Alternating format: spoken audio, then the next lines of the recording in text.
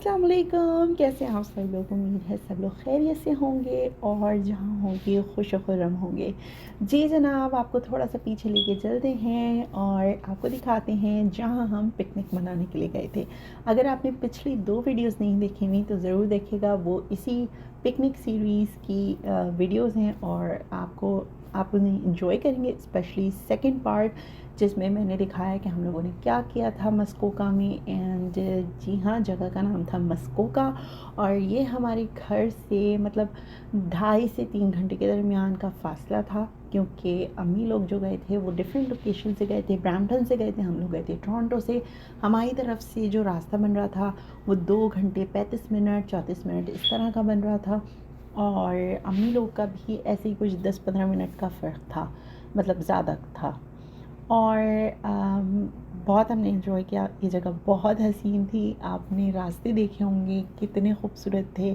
और इस वीडियो में मैं आपको बताऊंगी कि हम लोग वहाँ क्या क्या लेके गए, किन किन चीज़ों की ज़रूरत थी, किन किन चीज़ों की ज़रूरत नहीं थी, क्या क्या चीज़ें अवेलेबल थी, दुकानें थी या नहीं थी, क्या क्या आप आसपास से बाय कर सकते हैं, कन्वीनियंट स्टोर कितनी दूर हैं। ये सारी चीज़ें मैं आपको इस वीडियो में दिखाऊंगी और बताऊंगी।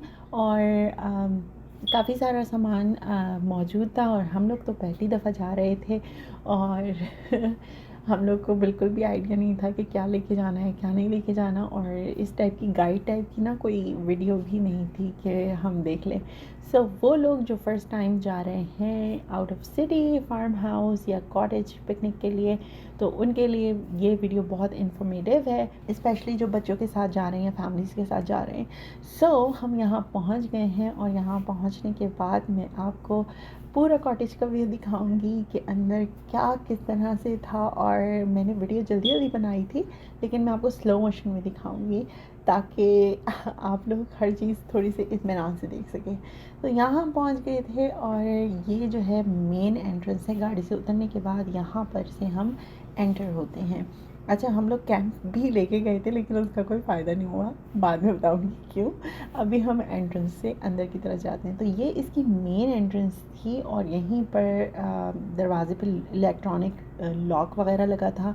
तो जब आप जहाँ से भी इसको रेंट आउट करते हैं तो सबसे पहले वो आपको मतलब डिफरेंट चीज़ें बताते हैं कि क्या रूल्स हैं क्या रूल्स नहीं हैं। ये इनका एंट्रेंस एरिया था, यहाँ हम बिल्कुल भी नहीं बैठे और ये इनका मेन एरिया था। तो जब आप उनसे लेते हैं तो जब मतलब जो भी आपकी बातचीत होती है उनसे, तो फिर वो आपको इसका कोड देते हैं, क्योंकि यहाँ इलेक्ट्रॉनिकल लॉक्स लगे हुए हैं और फिर वो कोड देते हैं, लॉक नंबर देते हैं, तो आप उससे एंटर हो सकते हैं। और हमने वो जगह ज़्यादा यूज़ नहीं की, उसकी वजह ये क्योंकि बार बार लॉक मतलब कॉम्बिनेशन डालकर हमको अंदर आना पड़ता था। एनीवेज़ मैं मेन एंट्रेंस से नहीं आई अंदर क्योंकि वहाँ इतना बड़ा मौत बैठा हुआ था, आपने देखा ना। अब हम किचन में एंटर होते हैं, जैसे ही हम अंदर आते हैं तो किचन में एंटर होते हैं और मैं दिखाती हूँ कि अस्मा क्या कर रही है। तो मारी ना ख़त्म एक कश्ती का चक्कर, बाहर गाड़ी में बाहर गाड़ी के साथ घर के साथ अस्मा अपना काम करते हुए। मेरा नहीं मत जाओ। ये पानी क्यों उबल रहा है? ये बच्चों का था तो इसमें चिकनाई ऊपर आ रही है, या तो दूसरा डाल। तो मैंने मम्मी के लिए आपसे ही करा था। ओके जनाब, तो किचन जैसे ही एंटर होते हैं उल्टे हाथ पे किचन है और सीधे हाथ पे ये लॉन्ड्री रूम और यहाँ पर ये स्टोरेज रूम है। जैसे अगर सर्दियों में कोई आता है तो यहाँ पे अपने कोट्स वगैरह हैंग करता है, यहाँ पे जूते वगैरह रखने की जगह है, मतलब एक प्रॉपर बना हुआ है। और लॉन्ड्री रूम इसके बिल्कुल बराबर में है, लेकिन हमने इस्तेमाल ही नहीं किया क्योंकि किसी को इतनी फ़िक्र ही नहीं पड़ी थी कि कपड़े वपड़े भी धोने। हम लोग काफ़ी सारे एक्स्ट्रा कपड़े लेकर गए थे, मम्मी के सूटकेस से, आपको अंदाज़ा हो गया होगा। उसके बाद जैसे ही अंदर की तरफ और आते हैं तो वहाँ पर एंटर होते ही ये सबसे पहला रूम है, उससे पहले वॉशरूम था। पहले वॉशरूम है, हाफ़ वॉशरूम है और उसके बाद ये इतना बड़ा सा मास्टर बेडरूम है। और यहाँ पर इसके साथ साथ एक और रूम कनेक्टेड है, वो भी मैं आपको दिखाती हूँ। ये वाला जो रूम है ये कनेक्टेड रूम है इसके साथ। यहाँ पे बच्चों के लिए पड़े हुए हैं बेड्स और यहाँ बच्चे हमारे लेट गए थे पहले दिन। तो रुखी ज़हरा और रज और दानियाल तीनों लेट गए थे। और यहाँ पे स्टोरेज के लिए ना काफ़ी सारी जगह हैं। तो ये वाली जो अलमारी थी इसके अंदर चादरें वगैरह रखी हुई थी और कपड़े रखे हुए थे। आई थिंक जो लोग यहाँ पे पहले रुक के गए हैं उनके पास जो भी एक्स्ट्रा क्लोथिंग थी वो यहाँ छोड़ गए। So I am not sure, हम लोगों ने तो यूज़ नहीं किया because we thought it's not safe specially on covid days. और इसके साथ साथ उसी रूम के अंदर हाफ स्टैंडिंग शावर भी था। और यहाँ पे ये अगैन एक और स्टोरेज और ये दूसरा स्टोरेज, क्योंकि वॉकिंग क्लॉजेट होते हैं, ये प्रॉपर एक हाउस टाइप बना हुआ था। और इसके अंदर एक्स्ट्रा ब्लैंकेट, एक्स्ट्रा कुशन्स, सारी चीज़ें मौजूद थी। और तो यहाँ ले जाने की कोई ज़रूरत नहीं थी, लेकिन हम लोग लेके गए थे because we had no idea कि यहाँ पे क्या क्या चीज़ें अवेलेबल होंगी। गर्मी का बहुत बुरा हाल था, गर्मी बहुत ज़्यादा शदीद थी, तो ब्लैंकेट्स वगैरह की तो वैसे ही ज़रूरत नहीं हुई। लेकिन हम लोग के साथ है, रात में हमें कुछ चाहिए होता है, चादर वगैरह कुछ ना कुछ तो चाहिए होता है। एनीवेज़ यहाँ पे ये जो मैं दिखा रही हूँ ये है रूम टेम्परेचर कंट्रोलर।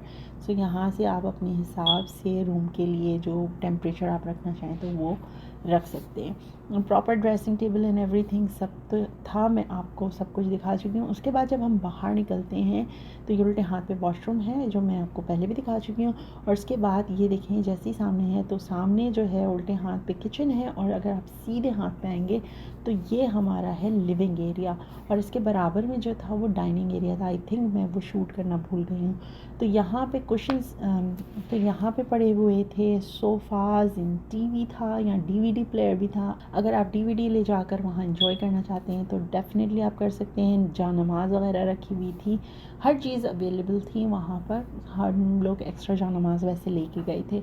और उसके बाद टीवी के बराबर में जो डोर था वो था बेसमेंट का डोर। अब यहाँ पे सीढ़ियाँ, मुझे इस टाइप की सीढ़ियाँ नहीं पसंद जो पता नहीं ऐसा लगता है कि गिर ना जाएँ, बहुत ऊंची सीढ़ियाँ थी।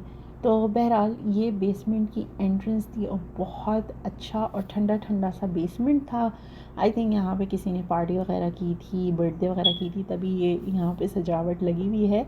और यहाँ पे सारे मर्द हज़रात पूरी रात खेलते रहे और पूरा उन्होंने टाइम यहीं पे स्पेंड किया। ये जो है यहाँ पे पोर्टेबल एसी है, इसने बहुत ज़्यादा हेल्प की थी। ये अवेलेबल था वहाँ पर, हम लोग नहीं लेके गए थे। ये एक छोटा सा बेडरूम था और यहाँ पर मतलब हर चीज़ अवेलेबल थी। और मैं खिड़कियाँ में खैर आपको इसलिए खोल के नहीं दिखाई क्योंकि फिर मुझे भी बाहर जाना था, मेरे बच्चे सारे बाहर घूम रहे थे। मैंने जल्दी सोचा कि वीडियो बना लूँ इससे पहले कि सारा कुछ जो है वो बिखरना शुरू हो जाए और चीज़ें फैलनी शुरू हो जाए। तो उससे पहले मैं जल्दी से चाहती थी एक क्लीन कॉटेज की वीडियो बना लूँ ताकि आपको दिखाने में आसानी हो। अच्छा, ये वाला आई थिंक ये इनका कोई अपना स्टोरेज रूम या कुछ ऐसा था। इनका अपना कोई वहाँ पे सामान वगैरह रखा हुआ था, हम लोग को ज़रूरत भी नहीं थी, ऑलरेडी हमारे लिए इनफ सामान था। ये अगैन एक और हाफ़ वॉशरूम है यहाँ पर, और हाथ धोने का सोप और टूथपेस्ट और ये सारी चीज़ें तो डेफ़िनेटली हम अपनी ही लेके गए थे। आप लोग हाथ धोने का सोप वगैरह एक्स्ट्रा लेकर जाएं क्योंकि 2-3 अगर वॉशरूम हो तो आप रख सकें वहाँ पर। अच्छा, यहाँ पे एक्स्ट्रा कुशन्स पड़े हुए थे, फ्लोर कुशन्स वगैरह सब पड़े थे, कारपेट भी बिछा हुआ था।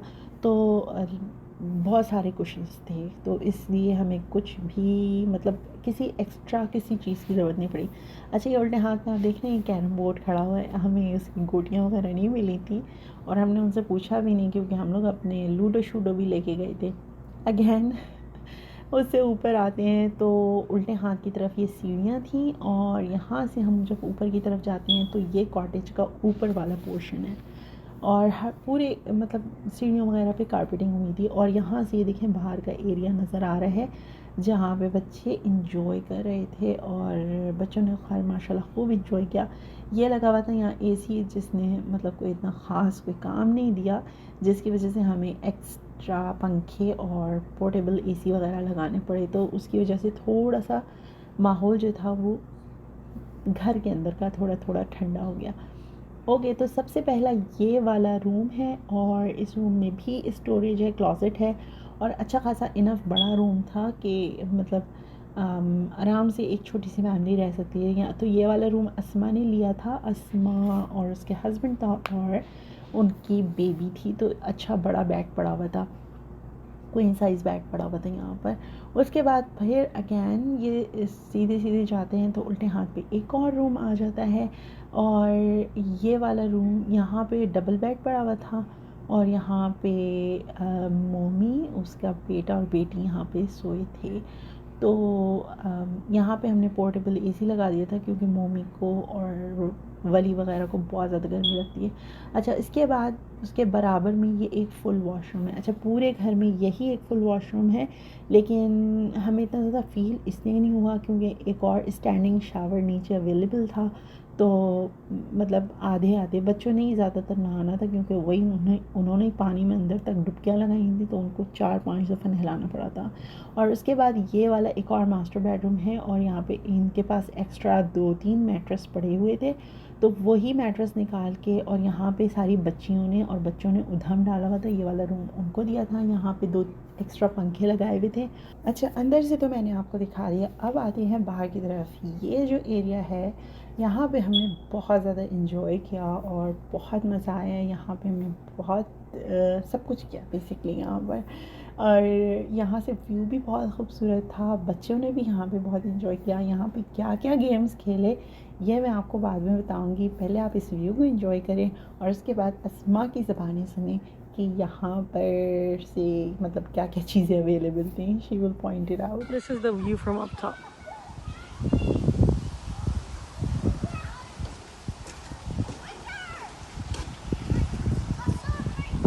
That's our bonfire area. That's our relaxing area.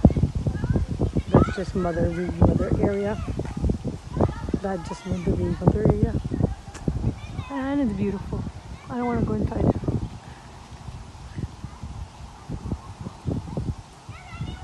अब आ जाते हैं कि आप यहाँ कौन कौन सी एक्टिविटीज़ कर सकते हैं, क्या क्या चीज़ें यहाँ अवेलेबल हैं। तो जैसे मैंने आपको बताया कि यहाँ डेक पे हमने बहुत ज़्यादा एंजॉय किया था, और लूडो खेले हमने, यहाँ ऊनो खेला बच्चों ने यहाँ पर, और मेरे से तो बहुत बुरी हुई लूडो में। हुआ ये कि हम लोगों ने कोई 3-4 गेम खेले होंगे, और मतलब क्योंकि उसके बाद मेरी बेटी ने जो है ना वो डिसाइड किया कि उसने मुझे तंग करना है जब मैं जीतने लगी। तो बहरहाल एमन और अस्मा और बाकी सब जीत रहे थे, मेरा तो तोड़ भी नहीं हो रहा था। So anyways, moving on to the next thing. यहाँ पे क्या क्या चीज़ें अवेलेबल हैं। यहाँ पर ये प्रोपेन गैस के साथ बारबेक्यू अवेलेबल है। प्रोपेन गैस सिलेंडर आपने ख़ुद लेकर आना है यहाँ पर, और थोड़ा बहुत उसमें अवेलेबल था, तो हमें बहुत ज़्यादा की ज़रूरत नहीं थी। कढ़ाई बनाने के लिए ज़रूरत थी, तो उसके लिए काम आ गया। उसके अलावा यहाँ पर ये देग जो है ना यहीं पे अवेलेबल थी, हम घर से नहीं लेके गए थे, तो देग यहीं की थी, ठीक है। और उसके अलावा यहाँ पे बाउल्स वगैरह मौजूद थे, छन्नी, ये जितने बाउल्स आप देख रहे हैं ये यहीं के थे, एक्सेप्ट फ्यू 2-4 हम लेके गए थे, और हमने ही ज़्यादातर मतलब हमने ज़्यादातर काम उनमें ही किया। ये वाला जिसमें चाय बन रही है ये भी अम्मी की तरह के यहाँ से अम्मी लेकर आई थी, और जो फ्राइंग पैन वगैरह थे वो यहीं पर अवेलेबल थे, और हमने नहीं मतलब हमने अपने नहीं यूज़ किए थे बर्तन ज़्यादा, हमें आइडिया नहीं था कि यहाँ पे ये बर्तन वगैरह मिल जाएंगे। और इसके अलावा फॉइल ट्रेस हम लोग लेके गए। इसके अलावा यहाँ पे बॉनफायर मौजूद थी, और यहाँ पे पता नहीं कौन से मौसम में इंजॉय कर सकते हैं, लेकिन कर सकते हैं फॉर श्योर, लेकिन बहुत शदीद गर्मी में नहीं कर सकते। बहरहाल वो शौक़ भी पूरा कर लिया। और उसके बाद यहाँ पर ये नेट लगा हुआ था, इसी तरह से रैकेट आप अपना ले जाएं। मुझे एग्जैक्टली नहीं पता कि ये रैकेट वहाँ पे उनके थे या नहीं, क्योंकि ये वाले रैकेट जो है ना वो उनके हस्बैंड लेकर आया था।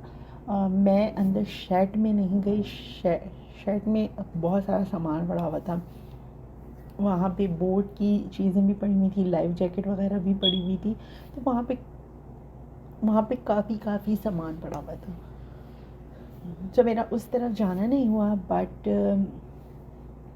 यहाँ पे ये बहुत सारी कलरफुल सी कुर्सियाँ पड़ी हुई थी कि अगर आप बैठ के सिर्फ वेदर एंजॉय करना चाहें, व्यू एंजॉय करना चाहें और बारबेक्यू एंजॉय करना चाहें बैठ के, तो वो भी आप यहाँ पे कर सकते हैं। और मैंने बहुत इन्जॉय किया। सुबह ही सुबह बिल्कुल सुकून, इतना शफाफ आसमान, और मैंने बहुत इन्जॉय किया उस चीज़ को। बच्चे उठे हुए थे, लेकिन मतलब वो अपना कॉर्नर में एक कॉर्नर पे खेल रहे थे और व्यू सुबह में बतखें आ रही थी और बतखों के पीछे उनके छोटे छोटे छोटे बच्चे लाइन बना के चल रहे थे।